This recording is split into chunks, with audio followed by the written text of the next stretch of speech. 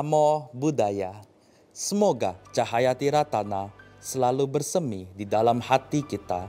Semoga dengan kekuatan Buddha, Dhamma, dan Sangha mengkondisikan hati kita penuh dengan metta, cinta kasih, karuna, belas kasihan, mudita, ikut berbahagia, dan upeka, keseimbangan batin.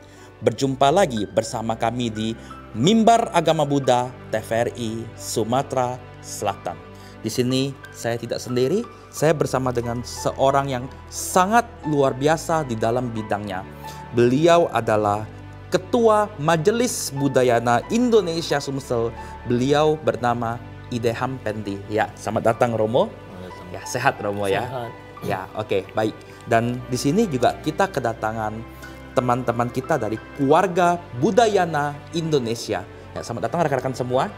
Ya, sehat ya. Ya, oke.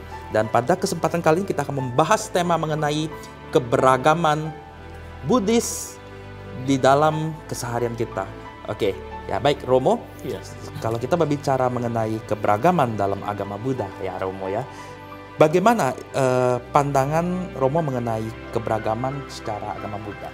Silakan Romo. Kalau bicara keberagaman dalam pandangan agama Buddha, mungkin kita dari SD dulu, sekolah, kita diajarkan yang namanya Bhinneka Tunggal Ika. Jadi walaupun berbeda-beda, kita tetap satu juga. Sebagai contoh bahwa di negara Indonesia ini kan terdiri dari banyak suku, banyak budaya. Nah, inilah bukti bahwa keberagaman itu sangat penting, dan keberagaman inilah yang membuat kita bangga dengan kita menjadi warga negara Indonesia. Karena kita tahu bahwa di Indonesia ini adalah salah satu negara yang sangat menjunjung tinggi toleransi. Kalau kita bicara Sumatera Selatan atau khususnya Kota Palembang, sampai saat ini Sumatera Selatan ini adalah zero konflik. Jadi kita tidak pernah ada konflik karena kita bisa menerima keberagaman itu. Justru Sumatera Selatan inilah yang menjadi zero konflik dan sangat menghargai perbedaan seperti yang Romo katakan karena kita adalah Bhinneka Tunggal Ika ya Romo ya.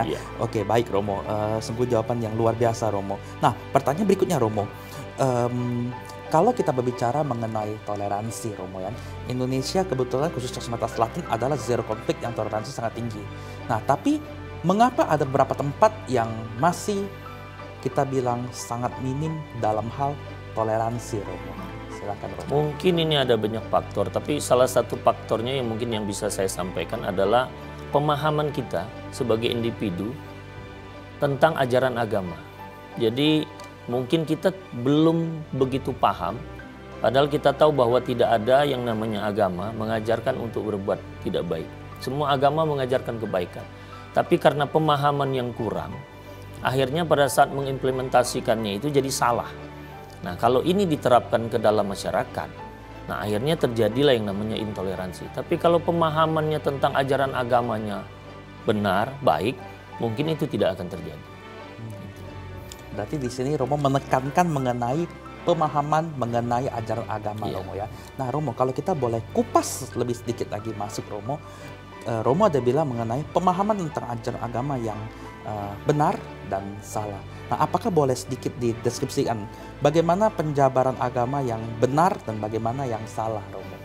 Jadi kalau kita bicara penjabaran agama yang benar dan salah, misalnya sebagai contoh nih, kadang-kadang ada oknum itu. Ini kita bicara oknum karena kadang-kadang ada oknum pada saat dia memberikan ceramah misalnya atau dhamma desana. Kadang-kadang dia bukan berdasarkan semacam panduan, tapi karena pengalaman pribadi yang memang mungkin belum bisa dibuktikan bahwa itu benar. Karena kalau di dalam agama Buddha kita mengenal yang namanya ehipassiko, datang, saksikan dan buktikan. Kalau misalnya saya bicara contoh kasus misalnya begini, ada di satu daerah, ini kisah nyata kejadian. Ada di satu daerah bahwa penduduknya itu dianggap radikal atau katakanlah intoleransi dan lain sebagainya. Bagi orang luar melihat kejadian itu akan beranggapan bahwa wah di daerah ini intoleransi nih, penduduknya radikal. Padahal kita tidak tahu bahwa kejadian yang sebenarnya tidak seperti itu. Jadi masyarakat kenapa kadang-kadang bisa melakukan sesuatu yang dianggap intoleransi atau radikal? Ada hal yang berkaitan dengan keadilan. Jadi satu daerah yang sumber daya alamnya dieksploitasi oleh pihak, misalnya katakanlah kita bilang pihak swasta atau perusahaan, tetapi masyarakatnya tidak menerima manfaat. Itu. Nah, kalau kita orang awam yang tidak tahu kejadian, mungkin kita, begitu ada kerusuhan, ada apa, kita kan menilai bahwa ini masyarakatnya radikal, intoleransi. Padahal ada sesuatu di dalam situ yang menyebabkan ini terjadi. Gitu. Jadi kadang-kadang makanya kita sebagai umat Buddha itu kita diajarkan untuk bersikap bijaksana. Jangan sembarang berucap, jangan sembarang bertindak, jangan sembarang menilai kalau kita memang belum tahu duduk persoalan yang sebenarnya. Itu. Oh, jadi di sini nih pandangan yang benar dan salah ini adalah kita harus bijaksana ya dalam berpikir sesuatu. Ya menyikapi ya, berpikir, berucap dan berbuat ya. Iya. Nah, Romo, kalau sekali lagi Romo, tadi kan kita sudah bicara mengenai toleransi, pandangannya dan bijaksana Romo ya. Nah, bagaimana dikatakan ciri-ciri orang yang bijaksana dan bagaimana ciri-ciri dikatakan orang yang kurang bijaksana Romo? Kalau kita bicara orangnya bijaksana, tentu tadi saya bilang, kalau kita belum tahu, belum pasti, jangan memponis, jangan bertindak.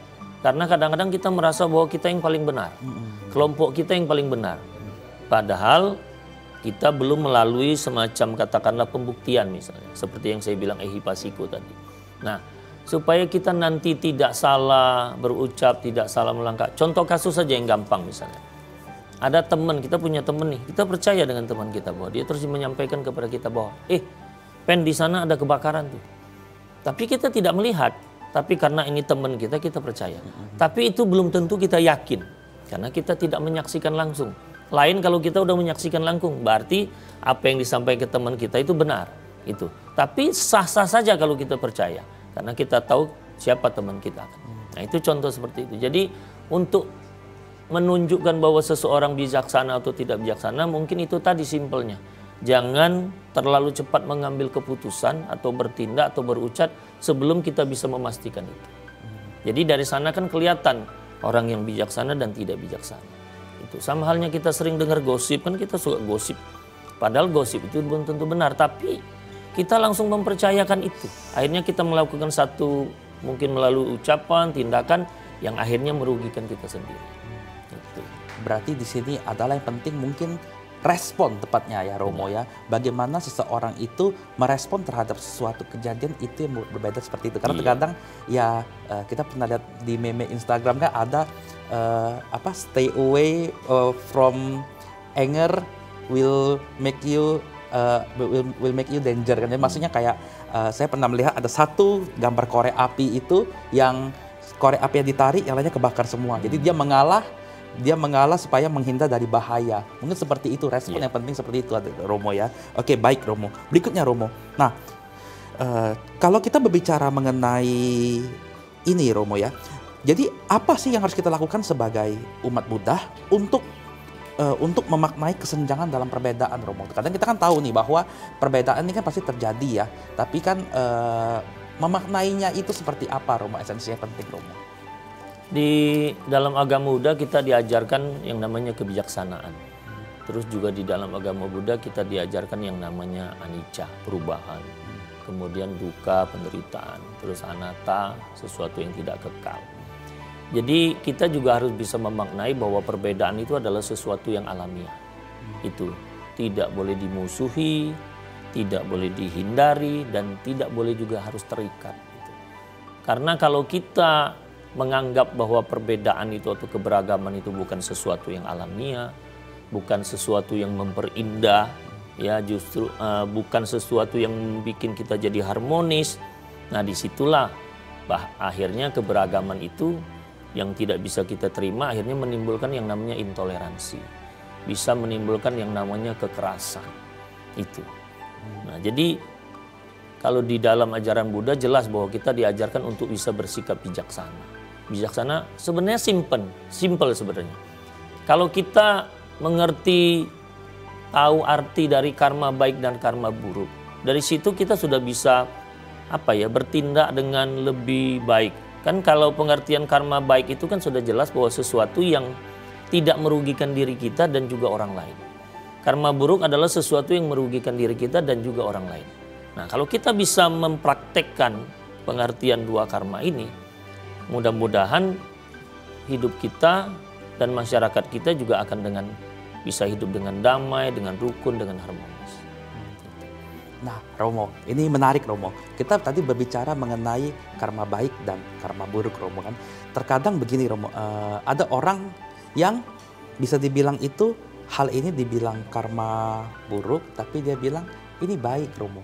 Tapi ada hal yang baik, dia bilang ini belum baik, Romo. Jadi terkadang tuh kita tahu nih di masyarakat kita terkadang hal ini dicampur adukan. Nah, jadi Romo, yang mana yang disebut sebagai karma baik, yang mana yang disebut sebagai karma buruk, dan yang mana disebut pembenaran, Romo. Nah, mungkin Romo bisa deskripsikan, Romo.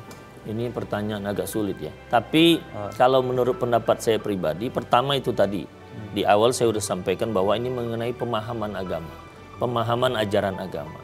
Kalau kita tidak paham betul, terus kita langsung implementasikan, kita praktekkan, itulah akhirnya menjadi sesuatu yang kurang baik atau tidak baik. Tapi kalau kita memang sudah betul-betul paham, kadang-kadang orang yang betul-betul paham pun pada saat dia ingin terapkan di dalam satu lingkungan, satu masyarakat, kadang-kadang dia pun masih ragu. Karena dia tidak mau nanti apa yang dilakukan menimbulkan kegaduhan atau kesalahpahaman. Itu. Jadi orang yang ingin bisa membuktikan bahwa ini memang satu karma yang baik atau satu karma yang buruk, sebenarnya seperti saya sampaikan tadi, balik-balik ke pengertian karma baik dan karma buruk. Selama yang kita lakukan memang tidak menimbulkan kerugian, berarti itu bisa dikatakan karma baik. Nah, bagaimana kita untuk membuktikan bahwa itu tidak menimbulkan kerugian? Contoh misalnya, kita mendengar bahwa teman kita menceritakan seseorang bahwa oh dia begini, dia begini. Padahal kita belum tahu nih benar nggak benar. Atau misalnya dibilang, teman kita si itu tuh mencuri nih begini. Tapi kita tidak ada semacam konfirmasi, ketemu langsung, mempertanyakan apakah berita ini benar atau tidak benar. Tetapi kita langsung saja menyambungkan, terus menyampaikan ke orang lain. Ternyata itu tidak benar. Nah, berarti itu udah karma buruk namanya. Tapi kalau kita ketemu dulu dengan teman kita tanya dulu benar nggak berita ini. Nah, begitu kita sudah mendengar penjelasan, kita bisa mengambil kesimpulan apakah yang disampaikan ini benar atau tidak. Kalaupun benar ataupun salah, kita punya dua pilihan. Apakah informasi ini perlu kita teruskan misalnya, atau kita gosip ini jadi lebih panjang, atau tidak perlu. Kalau kita menganggap bahwa ini urusan dialah, urusan pribadi bukan urusan kita. Kalau Pelembang ngomong tuh jangan pening lah, jangan bala. Itu kendaklah kau, itu urusan pribadi kau, bukan urusan aku. Nah, benar nak salah, awak tuh lah yang nerimunya. Nah, istilahnya seperti itu. Jadi kadang-kadang ada sesuatu yang kita tidak perlu ambil tindakan, cukup tahu saja untuk meredam, untuk menjaga agar sesuatu yang atau benar tidak benar ini tidak menyebar. Jadi cukup berhenti di situ saja. Teman boleh menyampaikan kepada kita sesuatu, tapi bukan berarti bahwa ini harus diteruskan atau disebarkan. Balik-balik kepada kita sendiri. Kita menganggap ini penting atau tidak, perlu atau tidak. Nah, itulah saya bilang tadi harus punya kebijaksanaan. Nah, Romo, kalau misalnya kita memiliki teman dekat ya, yang memang hobinya, mungkin di sekitar kita juga, mungkin ada di manapun, mungkin ya teman, keluarga, teman dekat itu, yang memiliki hobi untuk menyambung tangan seperti itu. Bagaimana sikap kita, Romo, sebagai umat Buddha itu, Romo? Ini saya pernah ada satu kasus di masa waktu saya kuliah. Saya punya teman banyak. Kebetulan di antara teman saya berdua ini ada yang ribut. Yang satu ini memang punya sifat yang keras. Dia paling tidak suka melihat orang hidup nyaman. Kalau itu sudah menjadi musuhnya dia akan berusaha sekeras mungkin agar dia mengalami kesulitan. Palembang ngomong susah lihat orang seneng, seneng lihat orang jadi susah. Dia mengajak kita agar bahwa ini teman dimusuhin, dijauhin. Saya sampaikan ke beliau bahwa kalau memang ada terjadi sesuatu antara kamu dengan dia, bukan berarti saya harus ikut-ikut. Saya tetap dengan kamu sebagai teman, dengan dia tetap sebagai teman. Kalau kamu menganggap saya sebagai teman, semestinya kamu tidak mengajak saya untuk melakukan itu. Itu. Justru saya harus menyadarkan dia bahwa apa yang dia lakukan ini salah, tidak benar. Itu. Ini menarik Romo, jangan dilanjutin dulu Romo. Kita bikin para pemirsa penasaran karena kita akan kembali setelah jeda pariwara berikut ini.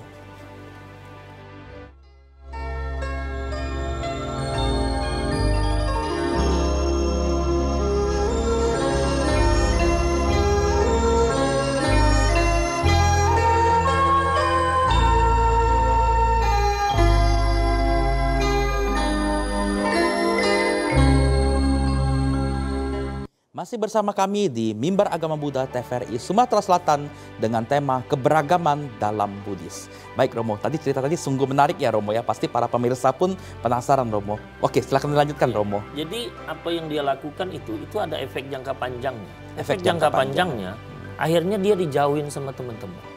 Kalau dia telepon, dia cerita dengan saya. Setelah kita selepas kuliah, kalau dia telepon teman nggak mau ngangkat.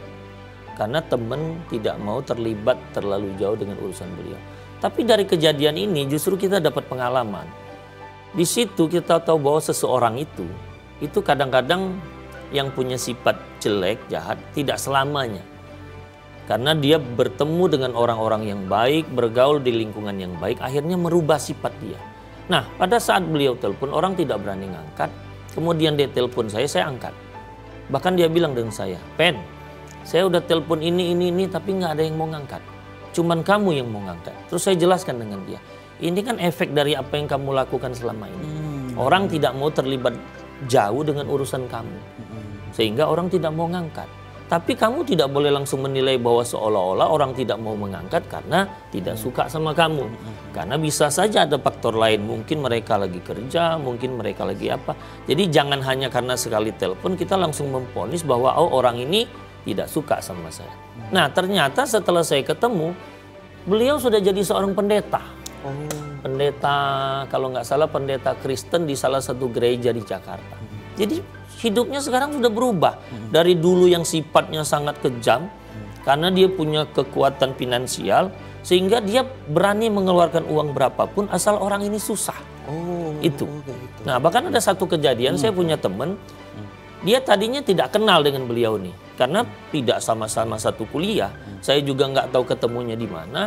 Kemudian saya nasihatin dia, ingat ya, kalau kamu berteman dengan orang ini, kamu tidak boleh ceritakan apa yang terjadi dengan kamu baik di kantor dan dimanapun. Ternyata itu dia sudah lakukan. Suatu hari pas mereka ribut, didatangin kantornya, ditemuin bosnya, ditemuin temannya. Apa yang dia ceritakan dia buka semua. Teman saya hari itu juga langsung berhenti dari kantor. Itu. Jadi ada orang-orang seperti ini. Tapi kan dari situ kita bisa melihat, bisa membuktikan bahwa yang anicca tadi bahwa ada perubahan. Anatta tidak ada yang kekal. Nah, sama halnya dengan teman saya satu ini. Akhirnya dia berubah.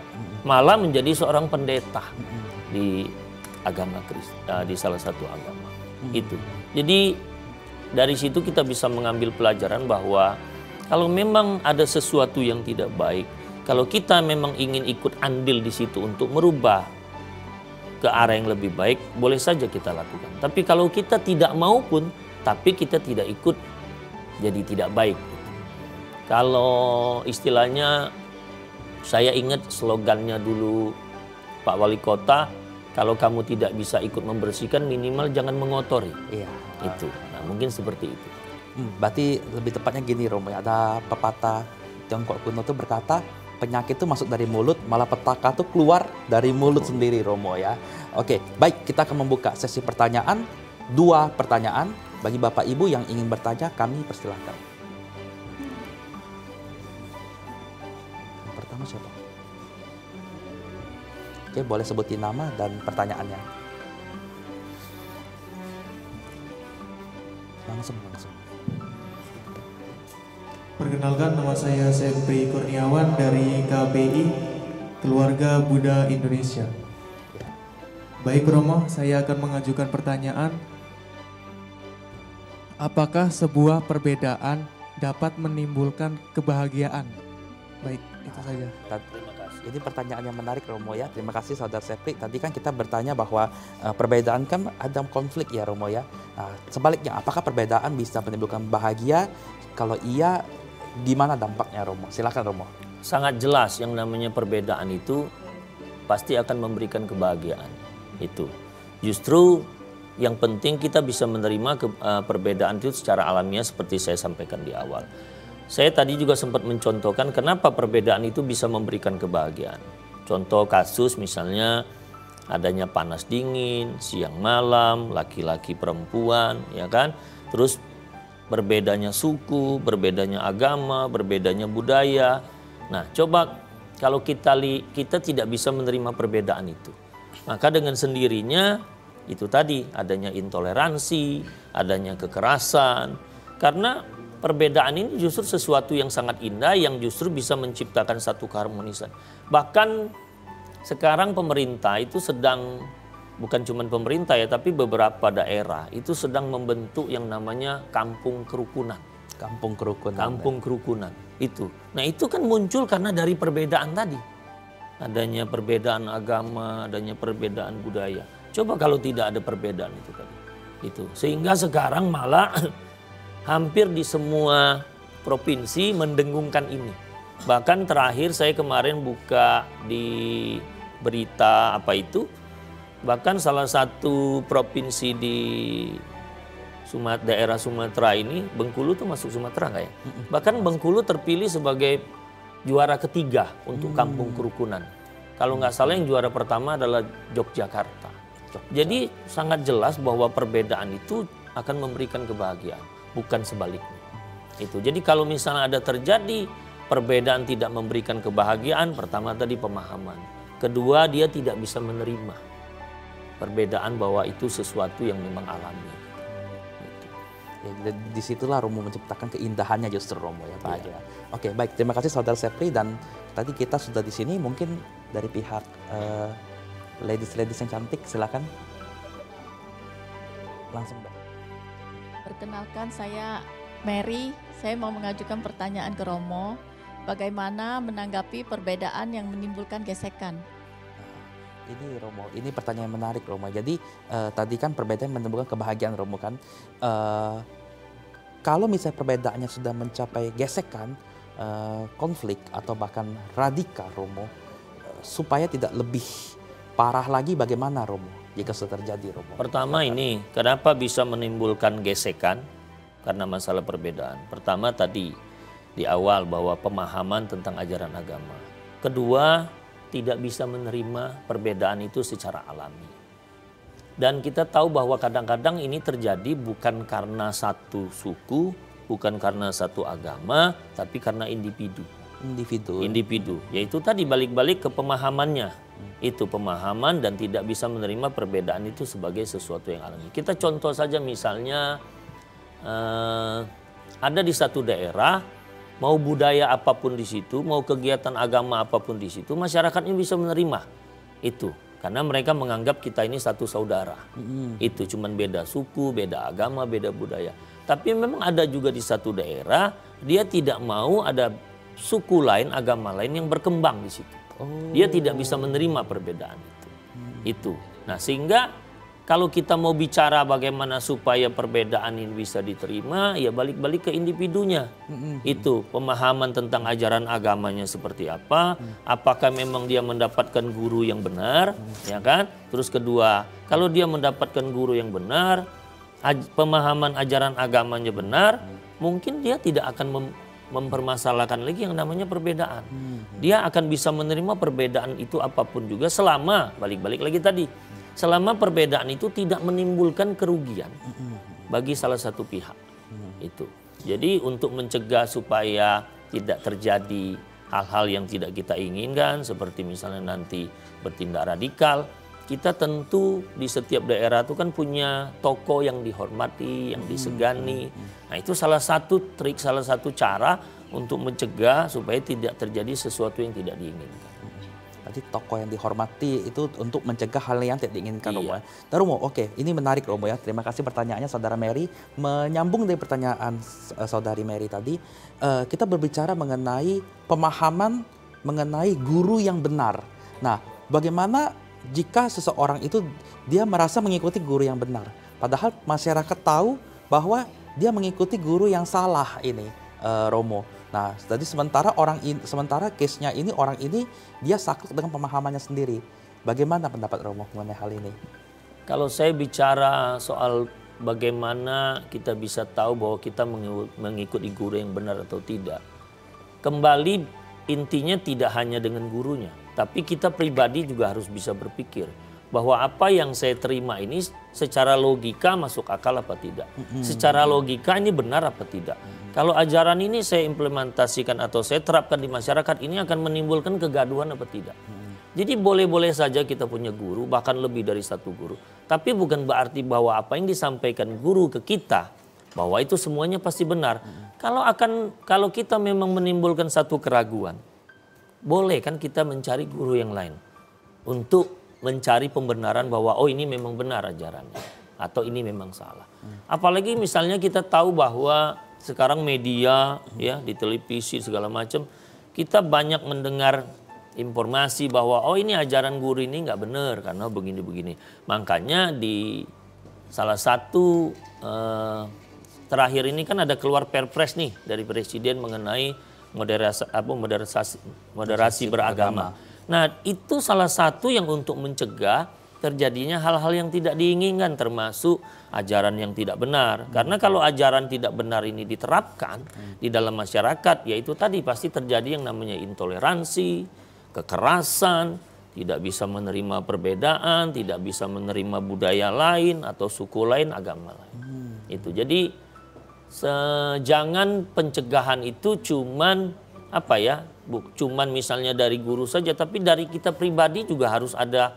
Kalau saya sukanya berpikir ini, kalau saya sering bilang begini, kita berpikir secara logika saja. Itu, benar nggak ini? Nah, kalau kita ragu jangan kita lakukan. Tapi kalau kita yakin pun bukan berarti hanya dari satu guru langsung kita terapkan.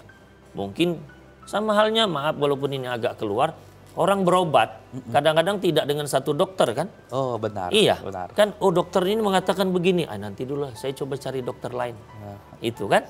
Karena banyak kejadian cuman mendengar dari satu orang ternyata akibatnya malah jadi lebih buruk. Jadi yang penting itu tadi balik-balik kita harus bijaksana lah. Itu. Jadi walaupun kita menghormati guru kita, menghargai guru kita, bukan berarti bahwa apa yang disampaikan semuanya harus kita ikuti, harus kita laksanakan. Kalau itu nantinya menimbulkan kerugian, tentu kita juga yang rugi. Gitu. Ini menarik ya Romo ya, kalau kita berbicara mengenai guru yang benar, terkadang itu kan memang kita mengikuti ya. Dan tadi seperti yang Romo bilang, saya kaji ulang itu bahwa apakah kita menimbulkan kedamaian, apakah kita semakin terbebas dari loba, keserakahan, dosa kebencian, dan moha kebodohan batin. Jadi ketika misalnya kita mengikuti dan justru makin bertambah, sebenarnya ada yang salah gitu ya Romo ya. Nah tapi gini, menariknya begini Romo. Begitu kita misalnya, begitu seseorang nih saya melihat di lapangan langsung, ada yang mengikuti guru Romo. Nah tapi kalau orang ini merasa bahwa gurunya benar gitu, walaupun kita tahu orang itu tuh salah Romo. Nah bagaimana yang harus kita lakukan terhadap orang itu? Apakah kita lebih baik mengubah orang itu, ataukah kita lebih baik melihat saja, atau bagaimana jika ada orang yang sudah tanda kutip tercemplung kayak gitu Romo? Coba ulangin, saya agak bingung. Jadi gurunya benar. Ya, jadi intinya tuh gurunya ini sebenarnya di masyarakat ini mungkin kurang benar. Orang yang ngikutinya bilangnya benar, tapi masyarakat sendiri menilainya bahwa ini salah Romo. Nah, jadi tanda kutip itu orang yang sudah kecemplung, nah bagaimana kita responnya Romo sebaiknya? Biasanya kalau yang seperti itu ada bukan cuma faktor antara murid sama guru. Tapi bisa juga ada faktor lain. Keterikatan, masalah ekonomi sosial bisa juga, ya kan? Kalau kita contoh misalnya kita bicara hutang budi, ya kan? Karena bisa saja gurunya mungkin banyak membantu beliau, membantu si murid. Si murid mungkin tahu juga bahwa mungkin apa yang disampaikan gurunya kurang tepat misalnya. Tapi karena ada faktor X tadi, keterikatan, hutang budi, dan lain sebagainya. Ini menyebabkan dia untuk sulit untuk keluar dari situ. Walaupun mungkin dia sudah dengar dari masyarakat bahwa gurunya ini nggak benar. Itu. Tapi faktor di luar ini tadi yang membuat dia tidak bisa untuk lepas. Itu. Nah, kadang-kadang kita sebagai orang yang tahu atau sebagai masyarakat yang tahu, itu tadi balik-balik kita harus bisa bersikap bijaksana. Apakah orang seperti ini harus kita musuhin? Atau harus kita hindarin? Atau justru harus kita dekati, kita kasih pemahaman? Karena satu hal seperti yang contoh kasus tadi, kan setiap orang kan bisa berubah. Kalau kita sendiri tidak pernah mencoba ya untuk merubah apa yang kita tahu itu salah, kita jangan menuntut banyak. Karena kita tidak melakukan sesuatu untuk melakukan perubahan itu. Nah, itu menarik. Itu, ya kan? Jadi istilahnya kita menuntut tapi kita tidak melakukan. Itu. Cuma nuntut saja. Romo, ini menarik Romo. Romo keep dulu karena kita akan berbicara banyak lagi mengenai ini. Oleh karena itu para pemirsa tetap di layar televisi Anda karena kita akan kembali setelah jeda pariwara berikut ini.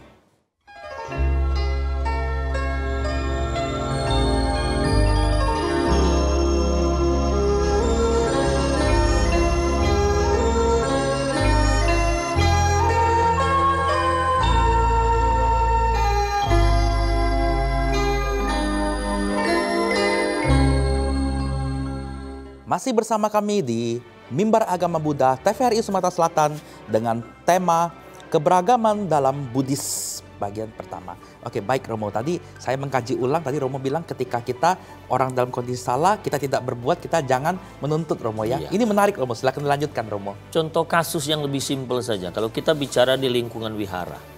Di lingkungan wihara itu kan sudah pasti ada anak-anak, ada remaja, ada orang dewasa sampai orang tua. Kita punya muda-mudi, ya.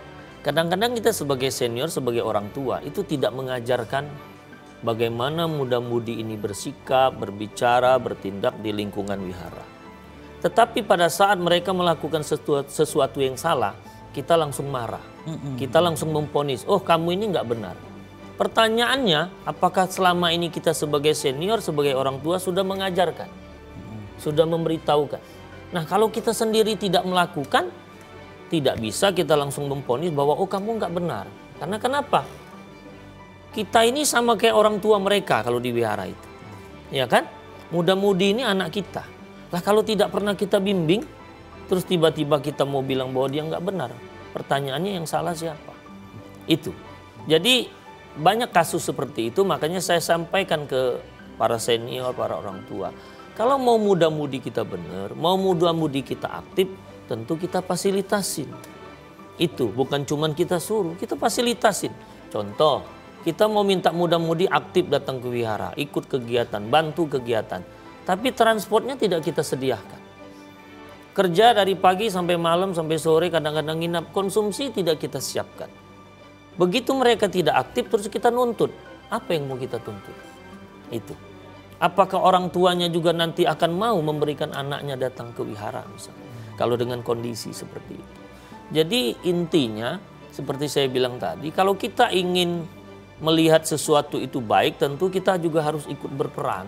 Kalau kita tidak ikut berperan, padahal itu juga menjadi salah satu tugas kita, tetapi kita tidak lakukan, ya kita jangan memvonis, kita jangan menuntut, kita jangan menyalahkan.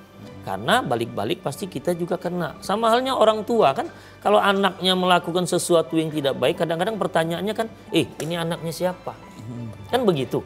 Ya dia enggak mau tahu anak ini seperti apa, dia taunya ini berarti orang tuanya yang enggak mendidik. Padahal kadang-kadang mungkin bisa saja orang tuanya sudah mendidik, tapi karena dia bergaul di lingkungan yang tidak baik, akhirnya menimbulkan hal-hal yang tidak baik. Tapi kan kadang-kadang faktor lingkungan itu bukan juga semata-mata yang menyebabkan dia jadi tidak baik. Mungkin di lingkungan keluarganya, orang tuanya sikapnya seperti apa, akhirnya itu menjadi pelarian. Kadang-kadang orang tua tanpa sadar memaksakan sesuatu yang anak itu tidak suka. Dan dia punya teman yang melihat orang tuanya memberikan kebebasan. Nah tentu ini jadi pergulatan di pikiran dia.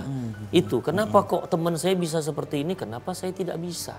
Kadang-kadang ada orang tua bersikap dengan anak yang antara dua anak aja bisa tidak adil. Walaupun kadang-kadang mungkin orang tuanya merasa bahwa dia sudah adil, tapi yang dirasakan anak ini beda. Itu dia merasakan bahwa orang tuanya tidak adil. Jadi kadang-kadang ada hal-hal tertentu yang seperti saya bilang tadi, kita merasa bahwa kita paling benar. Apa yang kita lakukan sudah benar. Nah, Padahal itu belum tentu.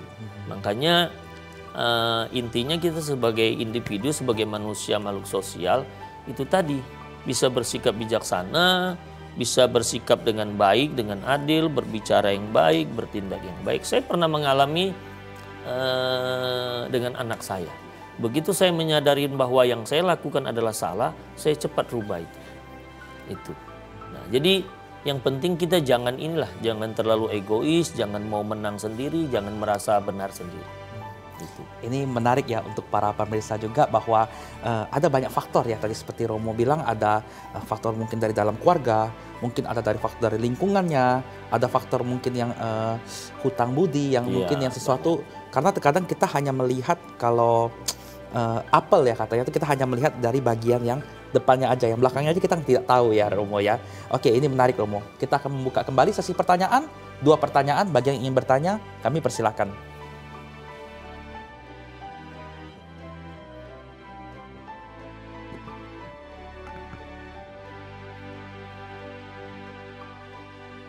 Saya Betty ya, dari keluarga Buddha Indonesia.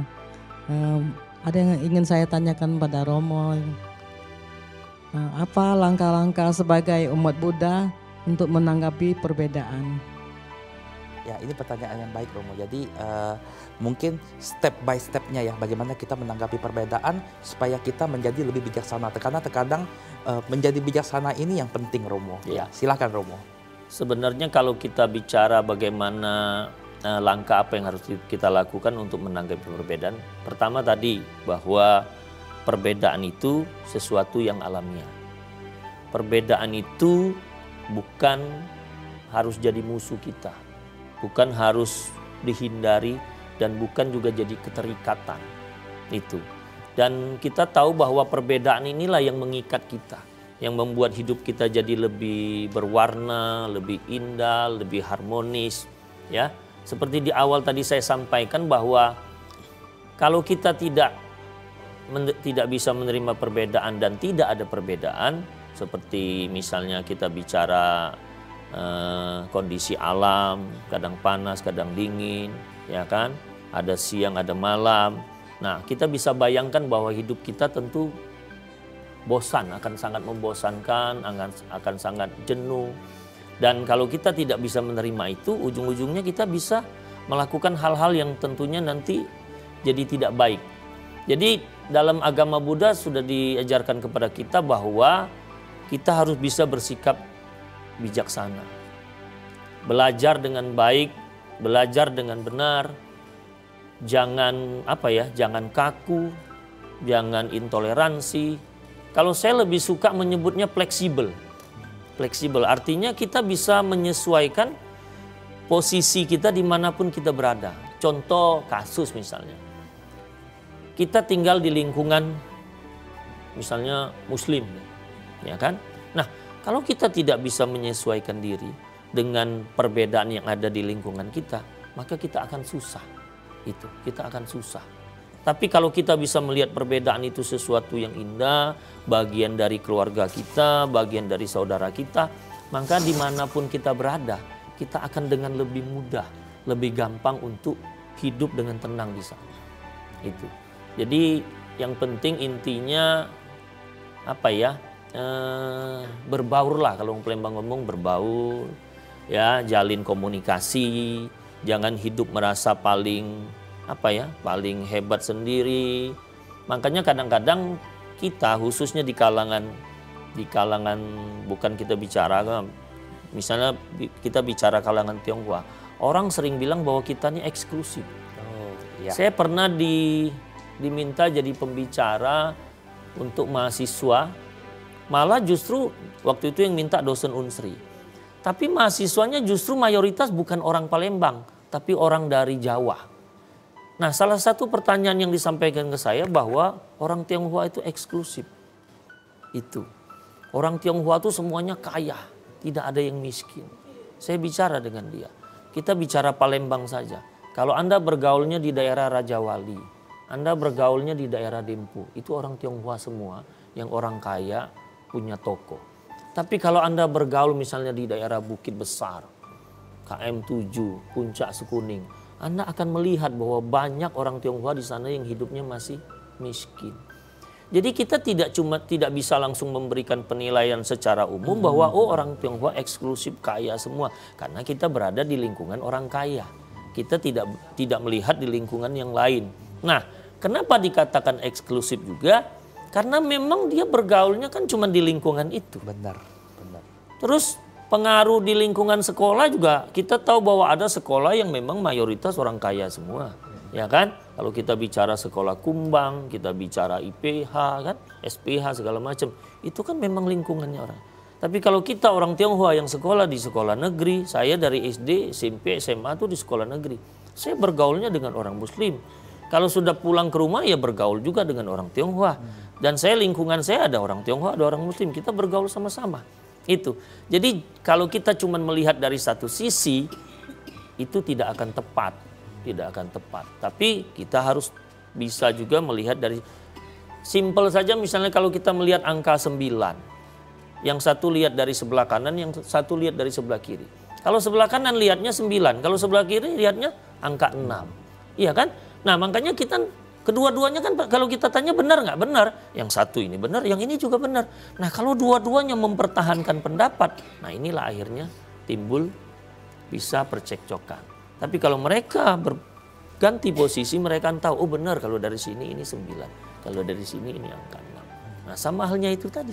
Jadi kalau kita mau bilang oh ini eksklusif tidak eksklusif, ya kita harus bisa berada di semua posisi, tidak cuma di satu posisi. Dan kita tidak bisa menyalahkan bahwa oh kenapa orang ini eksklusif, karena memang lingkungannya seperti itu. Tapi kalau orang yang mau bergaul bisa saja dia tidak eksklusif. Saya justru di sekolah negeri, jadi saya tahu bahwa kalau dulu ada teman, kalau ada keluarganya meninggal, kita datang rame-rame. Disitulah saya baru tahu yang namanya makan pakai tangan.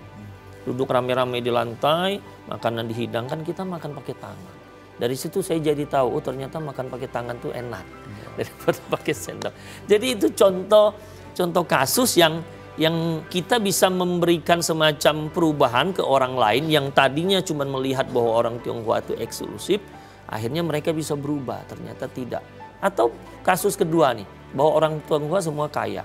Ya itu tadi, karena Anda mainnya di Dempo, mainnya di Raja Wali, semua orang Tionghoa kaya, ya kan? Tapi begitu Anda main di perkampungan, Anda akan melihat. Makanya saya kan termasuk yang Singgi mungkin atau yang lain sering ikut kegiatan sosial. Kita kalau baksos, kita kan bukan larinya ke Raja Wali, bukan larinya ke Dempo kan? Iya. Kalau lari ke sana nggak mungkin ada itu orang miskin, orang kaya semua. Kita ke pelosok-pelosok. Nah di sana kita melihat bahwa memang masih banyak orang Tionghoa yang tidak mampu. Jadi tidak benar bahwa dikatakan orang Tionghoa itu semuanya kaya. Makanya saya bilang dengan mahasiswa, walaupun saya belum pernah ke luar negeri, tapi kalau Anda ke luar negeri saya bilang, Anda pernah nggak lihat orang Indonesia yang miskin? Itu mungkin tidak pernah kan? Iya, kalau sudah di luar negeri nggak mungkin orang miskin, ya kan? Nah sama halnya Anda di Indonesia, Anda akan lihat bahwa masih banyak orang Indonesia yang miskin. Nah kenapa dilihat orang Tionghoa dikatakan banyak yang kaya? Karena minoritas tadi. Jumlah persentasenya kan sangat berbeda jauh. Itu sangat berbeda jauh. Ya kalau kita jalannya ke Pasar 16, oh jelas itu yang punya toko ya orang punya duit semua kan. Itu. Jadi kalau kita cuma melihat dari sisi itu, dari satu lokasi, maka kita tidak bisa memberikan penilaian pandangan yang benar.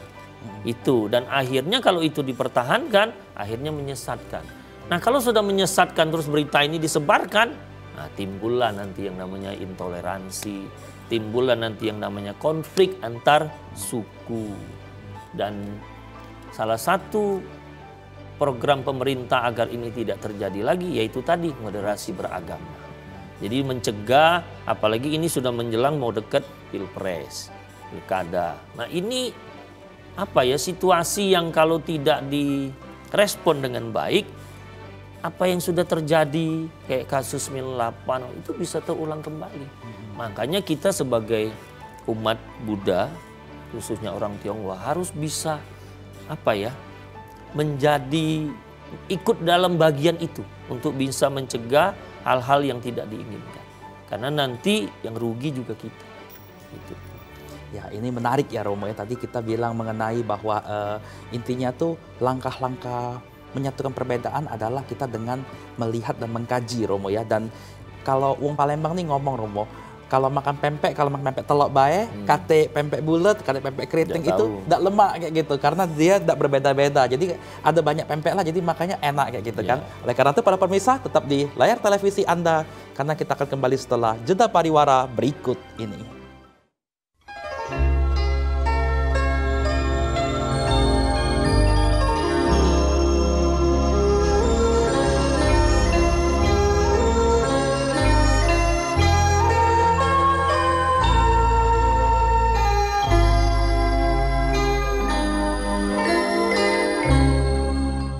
Masih bersama kami di Mimbar Agama Buddha TVRI Sumatera Selatan dengan tema keberagaman dalam Buddhisme. Ya Romo, tadi menarik ya Romo ya. Tadi kita sudah bilang banyak mengenai bahwa respon dan sudut pandang itu sangat penting. Itu menentukan kebijaksanaan ya Romo ya. Oke baik, saya akan lanjutkan Romo. Jadi keberagaman ini akan bisa terwujud, akan bisa terlaksana dengan baik di lingkungan masyarakat. Tentu perlu banyak peran dari semua orang, dari mulai kita bilang pemerintah, tokoh agama, tokoh masyarakat, termasuk individu yang ada di dalamnya. Melalui banyak cara, misalnya ajaran-ajaran yang disampaikan oleh para tokoh agama, termasuk juga program-program yang dibikin oleh pemerintah. Selama itu berkeadilan sosial bagi seluruh masyarakat Indonesia, maka mungkin kita bisa menjamin bahwa kehidupan di dalam bermasyarakat itu akan berjalan dengan baik. Karena kita tahu bahwa banyak kejadian, banyak kerusuhan, banyak intoleransi terjadi karena kurangnya kadang-kadang peran pemerintah, kurang cepatnya aparat melihat atau menanggapi sesuatu yang terjadi, isu yang berkembang. Nah, kasus contoh yang di awal saya sebutkan tadi, yang di salah satu kabupaten kota di Sumatera Selatan, karena kemarin kita juga saya ngobrol dengan salah satu ketua Kesbangpol yang di sana, beliau menyampaikan bahwa masyarakat merasa bahwa aparat tidak berpihak kepada rakyat. Itu, tidak berpihak kepada rakyat. Dan ketimpangan ini dibiarkan berlangsung dengan begitu lama. Nah, sehingga inilah yang menyebabkan akhirnya terjadinya sesuatu yang akhirnya orang menilai bahwa oh ini radikal, oh ini intoleransi. Padahal ini tidak ada kaitannya dengan agama, tidak ada kaitannya dengan suku.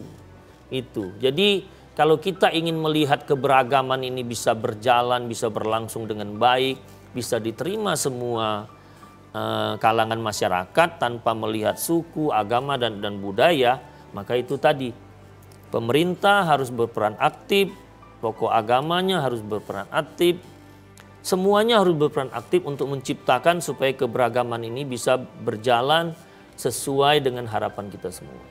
Berarti itulah Romo ya, kesimpulan kita pada kesempatan kali ini bahwa semua kalangan mulai dari individu, ya kelompok, pemerintah, semuanya harus bekerja sama untuk mewujudkan moderasi beragama ini. Oke, ya baik para pemirsa TVRI Sumatera Selatan, ya sungguh luar biasa pada kesempatan kali ini kita mendatangkan narasumber yang sangat luar biasa di bidangnya dengan tema keberagaman dalam Buddhisme. Semoga dengan kesempatan kali ini bisa membuat kita semakin untuk menjalankan moderasi beragama dan semoga kita semua semakin lebih memiliki wawasan dan pengetahuan yang luar biasa. Oleh karena itu, kami segenap kru kerabat kerja TVRI undur diri dan sampai jumpa di Mimbar Agama Buddha berikutnya. Namo Buddhaya. Namo Buddhaya.